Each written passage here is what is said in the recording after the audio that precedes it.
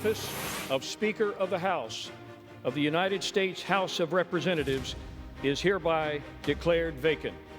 True leadership would have made sure that those appropriation bills were completed by June 30th. I say that this was an engineered crisis of Kevin McCarthy's doing. It's about raising campaign contributions, millions and millions of dollars. I think it's disgusting and some of the swappiest behavior you can have. More than anything, we need to change the poisonous atmosphere in Washington. Hello, everyone. I'm Major Garrett in Washington. Welcome to America Decides. Let's discuss animals, politics, and the House of Representatives. They are all, as you will see, related. Here are the animals: tiger, crocodile, scorpion. Now, please, stay with me. In another era and faced with another foe, in this case Nazi Germany, President Franklin Roosevelt said this: "No man can tame a tiger into a kitten by stroking it." Another luminary of that era, Winston Churchill, said this about appeasement: "An appeaser is one who feeds a crocodile, hoping it will eat him last." The point is that things that menace always menace. They will not be tamed or fed into submission. Republicans, beholding the ouster of Speaker Kevin McCarthy, said today that they could see this coming all the way back in January when McCarthy made concession after concession to hard-right members of his conference. Those concessions continued throughout his short reign as Speaker on policy on January 6th, on the impeachment inquiry of President Biden. McCarthy stroked the tiger and fed the crocodile. Now he's gone. Which brings us to the scorpion. Others are now vying to succeed McCarthy: Majority Leader Steve Scalise and Judiciary Committee Chairman Jim Jordan so far, and there could be more. All potential successors will become rivals and therefore metaphorically have to sting one another. Still, other Republicans will vie for vacancies they leave behind, generating other rivalries. When I suggested today to well-placed Republicans that many scorpions were now entering the same jar of intrigue and political ambition, none disagreed. Tiger, crocodile, scorpion. Welcome to the zoo. CBS News congressional correspondent Scott MacFarlane joins us now. He is not a zoologist, but he covers Congress.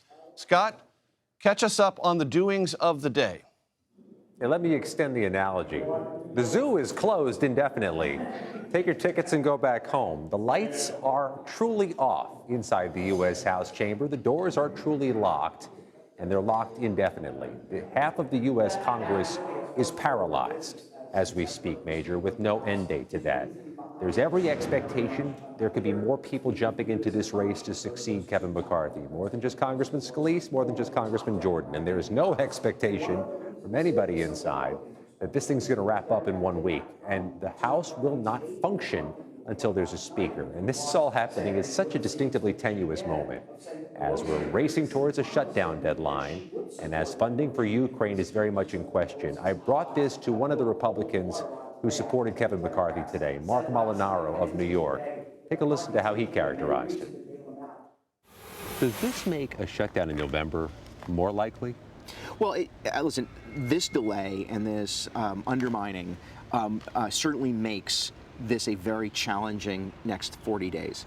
The ability of Congress, however, to come to an agreement can happen almost instantly if members on both sides of the aisle acknowledge reality. We have a bipartisan government. The solutions that we will deliver for the American people have to be bipartisan. Meanwhile, one of Mr. Molinaro's fellow New York Republicans, Mike Lawler, has called to excommunicate Matt Gaetz from the House Republican Conference and wants him kicked out because Matt Gaetz led this successful charge to oust Kevin McCarthy. That's the level of acrimony we're facing midweek here in the U.S. House. And Scott, you were good enough on our behalf to talk to some of those who were involved in and supported the ouster of Speaker McCarthy, Congressman Good and Rosendale. Let's listen to your question and their answers from earlier today. You voted to oust Kevin McCarthy without a known plan B. Who's plan B? Well, what we want to have is a contest or a competition for a speaker, not a coronation like we had back in January. Now, it was a prolonged coronation, but he was the only serious challenger or contender because he was the presumptive speaker. There's a lot of really, really talented individuals that have already raised their hand up, which goes to prove our point that we were making in January. Once the king is removed, we'll find out who else wants to run. The king? The speaker's not a king? Small point, but it sort of speaks to the larger disconnect between reality and the language of the House of Representatives. Scott, catch our audience also up on some eviction notices that were handed out in the last 24 hours. Yeah, in the past 24 hours, former House Speaker Nancy Pelosi and former House Democratic leader Steny Hoyer were evicted from their Capitol hideaway offices just behind me, the private studies that are given off the House floor for senior, high-ranking members of Congress. It happened to their surprise, and according to one of Kevin McCarthy's lieutenants, it was done because former Speaker McCarthy now needs a hideaway office in the Capitol, and he's going to take the one that belonged to Nancy Pelosi. This was done at Speaker McCarthy, former Speaker McCarthy's orders as he exited the position. But something else strikes me, Major. As I follow around through this day, the acting speaker, the Speaker pro tem, Patrick McHenry of North Carolina, a particularly devoted loyalist to Kevin McCarthy. We keep asking him, what's next on the schedule? What happens next until there's a speaker? If he doesn't answer the question, there really are no answers. So it's not so much a matter of we don't know what's happening next with the U.S. House. The U.S. House doesn't know what's happening next with the U.S. House. So, Scott, I want to play from you some sound from the Senate Republican leader, Mitch McConnell, who was regarding this situation askance, to be sure, and also understanding that one of the concessions that Speaker McCarthy made to win the speakership was having a single person being empowered to enter a motion to vacate. Let's hear what Senator McConnell had to say about the future. I have no advice to give to House Republicans except one. I hope whoever the next speaker is gets rid of the motion to vacate. I think it makes the speaker's job impossible, and the American people expect us to have a functioning government. Scott, to what degree, as best you can discern it, is that a conversation actively going on among House Republicans, and will they take that advice from the Senate Republican leader? You better believe there's a conversation as this speaker discussion begins, as these candidates start taking meetings. For example, Steve Scalise met today with the Texas Republicans and with the New York Republicans. This is going to be an issue, according to the rank and file with whom we're speaking, that they may want to change this rule. And this may be something one of the candidates needs to promise to secure the support of the moderates and those who are at this point so frustrated with the 8 GOP defectors who helped vote out Kevin McCarthy. And I'll just add this. Not a day goes by where senators of either party don't seize the opportunity to dunk on the U.S. House whenever they can. But this is real. And I think the senators recognize the threat that is being posed now to the functioning of American democracy and the prospects of avoiding a government shutdown. The instability in the House is a dangerous thing. The senators recognize that, and their criticisms today, at least, are uniquely sober in that this needs to get fixed soon. Needs to get fixed soon. In that regard, let us listen to Steve Scalise and Jim Jordan. They both offered some sentiments today. We have them in order. Steve Scalise first, then Jim Jordan. Let's take a listen. Right now, I've been just obviously listening to a lot of members and having a lot of really good conversations about how we keep focusing on the things we need to do to get our country back on track. We need to pass the bills that need to be passed. We've done a lot of that. The biggest one, of course, is H.R. 2, the Immigration Border Security legislation. Frankly, I wish Chuck Schumer would bring it up. So, Scott, at one level, those all seem like reasonable people saying reasonable things, but about a totally unreasonable set of circumstances. And as I mentioned in the open to this show, they will be vying against one another, which means they will have to appeal to Republicans to support them over another Republican. Even if others jump into this race, it'll be even more complicated in terms of trying to build a coalition. And as you mentioned in your first answer, there's still no timeline for any of this, correct? That's right. What's more, they're both facing the same reality Kevin McCarthy faced, that there's going to be a handful of Republicans who love that motion to vacate rule. Look how they employed it this week. Look at the resonance they've received for doing so. Look at the platform they've been given over the past 24 hours to say what they want to say to America. And look how they were able to exact what they wanted to exact through using that tool. They're going to want to keep that tool. Steve Scalise, Jim Jordan, anybody else who jumps into this race is going to have to face that dynamic and cater to those members to win their votes. What happens next is far from certain. And that's true among both parties in the U.S. House. What are Democrats going to do? They're going to vote in unison for Hakeem Jeffries, but are they going to want to get involved with talking to one of these nominees, see if they can get some concessions. Maybe they can try to exert some leverage. But really, this is still an internal Republican battle, and one that's going to play out over the next few days. With deep thanks for your reporting and analysis, as always, Scott McFarland. We appreciate you. Kevin McCarthy did not walk quietly into the night after being ousted as House Speaker. We look at his reaction next. You are streaming America Decides. You need 218. Unfortunately, 4% of our conference can join all the Democrats. You all know Matt Gaetz. You know it was personal. It was all about his ethics. Nancy Mace is a whole nother story. Okay, well, she was on The View saying I didn't keep my word. Judge me by my enemies. Welcome back to America Decides. That was Kevin McCarthy with a few choice words for his Republican detractors, who say the decision to oust him as House Speaker was strictly business. Unprecedented business, we should add. And here's Congressman Matt Gaetz of Florida, his response to McCarthy's comments about that ethics investigation. That's totally false. I'm the most investigated man in the entire United States Congress. I've been cleared by the FBI, DOJ, the Federal Election Commission. But you don't think that McCarthy did enough to stop this? I mean, wasn't that well known that you were mad that he didn't do enough to stop that investigation? I'm not saying there's anything wrong with being mad, by the way. I'm not. Margaret Brennan and Jonathan Martin joins us out of that chaotic little conversation. Margaret is, of course, CBS News' chief foreign affairs correspondent and, importantly, the moderator of Face the Nation. Jonathan, we affectionately refer to him as J. Mart, is senior political columnist for Politico. So there are times when a Sunday show has the interview of the week. Face the Nation had the interview of the week last Sunday with Kevin McCarthy. You conducted that interview, Margaret. You took stock of the speaker then. Your assessment of what's happened since. I mean, it's a stunning turn of events between Sunday morning He was and where we confident. He at least expressed confidence to you. Maybe he was a poker face, but he was there. No, it was a victory lap, having pulled many rabbits out of many hats, as Senator Cornyn had said, and keeping the government funded, keeping the lights on, and what had seemed to be, all of us careening towards a government shutdown. And in that 11th hour, pulled it off, doing so with more Democrats than Republican votes, something that ended up being fairly central to the conversation we had the next morning.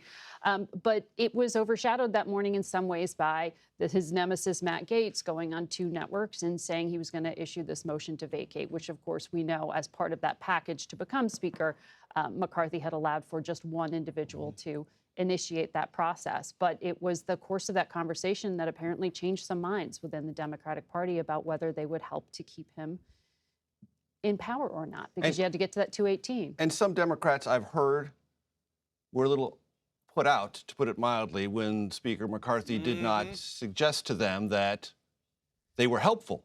Right. He scorned them. And they took that personally and said, wait a minute, we just helped you, and now you're laying down some fire against us? That didn't seem to ease the situation he was walking toward. No, and it was a choice, and I think you can see, and of course, anyway, I was a little surprised at the choice he made and how he presented the argument, because you could have come forward and said, a majority of the Republican caucus voted for this. That would have been factually correct. And then said, and Democrats voted with us, and this is bipartisan. And that, at the end of our program, when we talked to Brian Fitzpatrick of the state of Pennsylvania, part of Problem Solvers, he was making the argument that this continuing resolution that was bipartisan proved bipartisanship was still viable, and a vote against McCarthy would have been a vote against that concept.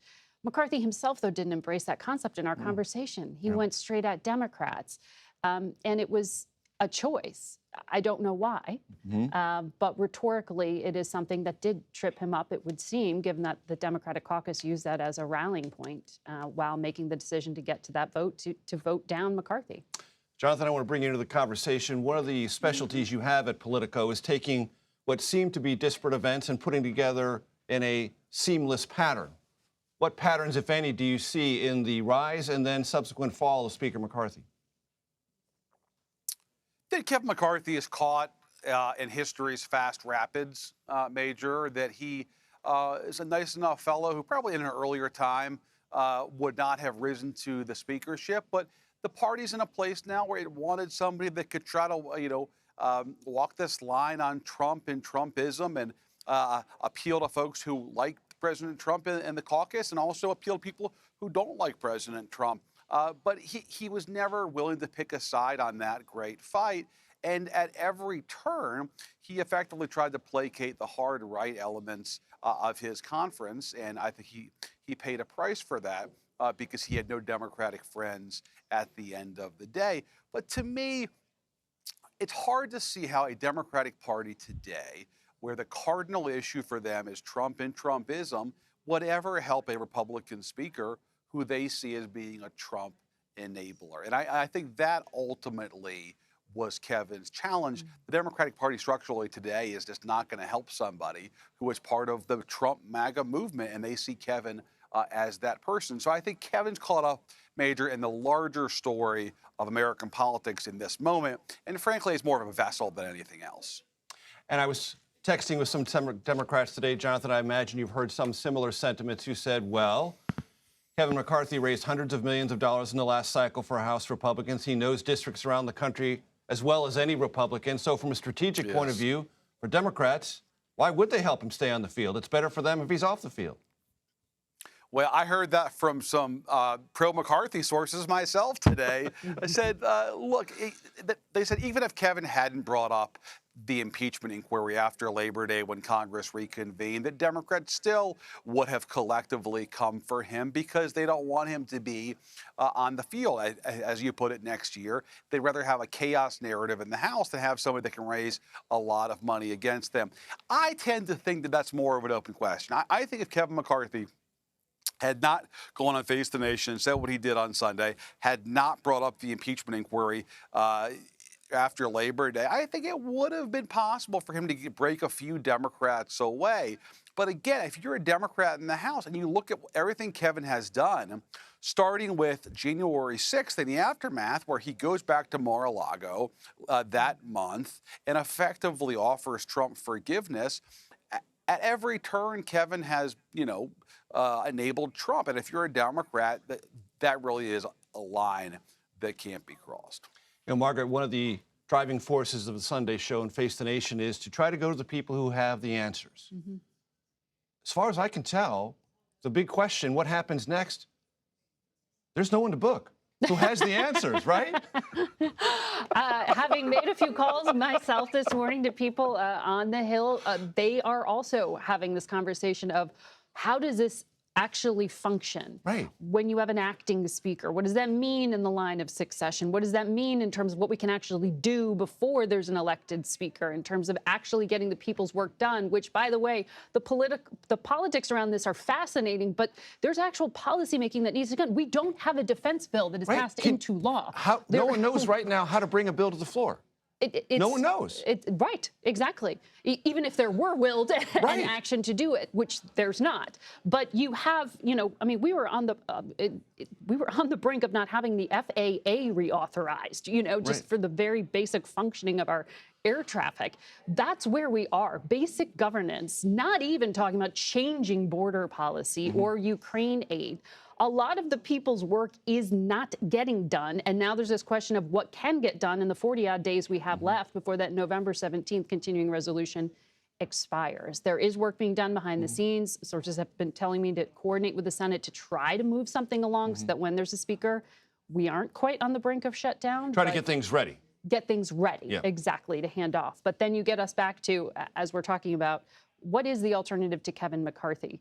And is that in any way more acceptable to Democrats and Republicans to vote on whatever it is that next speaker brings forward? Exactly. Jonathan, about the minute we have left, how do you think the White House views this? And do you think this is a net plus in the context of a Biden-Harris reelection bid?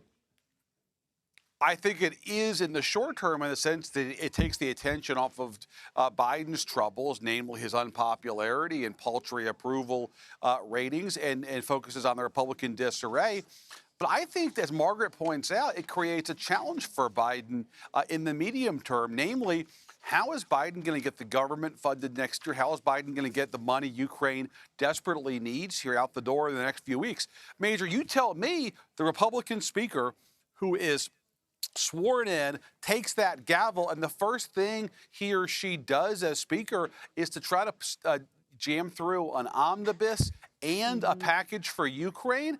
That's not going to go over that well in the GOP caucus in the House. So it's going to be a real challenge here for the next few weeks to get those basics done. I think what you'll see is an effort to pair a border security bill with Ukraine funding to try to sweeten it for the House GOP. I'm still not sure that they can get Ukraine through, even with a border security bill attached to it. Challenges ahead. Margaret Brennan and Jonathan Martin, thank you so much. Today, President Biden addressed the story of the week, the historic ousting of Speaker Kevin McCarthy. What he had to say, that's next. You're streaming America Decides. The House will now reorganize and select a new speaker. I know it's going to take some time, but I remind everyone we have a lot of work to do, and the American people expect us to get it done. The argument we reached was all about what comes next. Welcome back to America Decides. That was, of course, President Biden addressing the vote to oust Kevin McCarthy as House Speaker. I want to go now to CBS News Chief White House Correspondent Nancy Cordes. Nancy, what the president was referring to is something we talked about in the segment just earlier. What's the future of Ukraine aid? And as I understand it, the president's going to have something to say about that in the not-too-distant future. That's right, Major. He said today that he's going to have a major address that he'll be giving soon about Ukraine aid and how important it is, and filled with warnings about what it could mean for this country if the U.S. doesn't provide more Ukraine funding in the short term. Now, what's so striking about this is that just 24 hours ago, Major, the president told world leaders that he's very confident that Ukraine aid is going to get across the finish line on Capitol Hill. And all of us were scratching our heads and asking questions of White House officials. How can the president express confidence on the world stage at this particular moment? The House Speaker is hours away from being deposed. He has no idea who the next House Speaker will be and whether that person will support more funding for Ukraine. And sure enough, it is now 24 hours later, and the president himself is apparently concerned enough that he feels the need to go out there and give a major speech at some point, they haven't told us when, to try to get Congress back on track on this issue. As our conversations throughout the show have made abundantly clear, Nancy, there are so many unanswerable questions. One of them is, in this context of the future of Ukraine aid, might the White House find itself in a position at some point, a week or so from now, where it's urging Democrats to possibly be more cooperative in this House chaotic period of time to get a speaker and create alliances that, for the sake of Ukraine aid, might come together, if only temporarily? You know, I think the Democrats would be very open to forming alliances, particularly if there was a speaker candidate who was willing to give them some assurances. They've expressed great openness to doing that. But the reality is that the Republicans who have stepped forward so far to say that they are interested in the speakership, they are not individuals who are going to be looking to form those kinds of alliances with Democrats, at least not yet. I mean, if we get 6 votes, 10 votes into this thing and there's still no speaker, then maybe they may need to form some kind of an alliance with Democrats. But at this point, when you've got individuals like Steve Scalise, like Jim Jordan, they're going to be looking to shore up their right flank. They're going to be looking to try to win this vote with Republican votes only before they turn to Democrats. And as you've been discussing, if anything, they've been saying that they want to kick Democrats out of their small offices in the Capitol, not form new alliances with them. Hard to form alliances when eviction notices are being sent across the aisle in Capitol Hill. Nancy Cordes at the White House on the North Lawn, thanks so very much. That does it for today. You can stream America Decides Monday to Thursday at 5 p.m. Eastern. Here's something you're probably already aware of. You're streaming CBS News.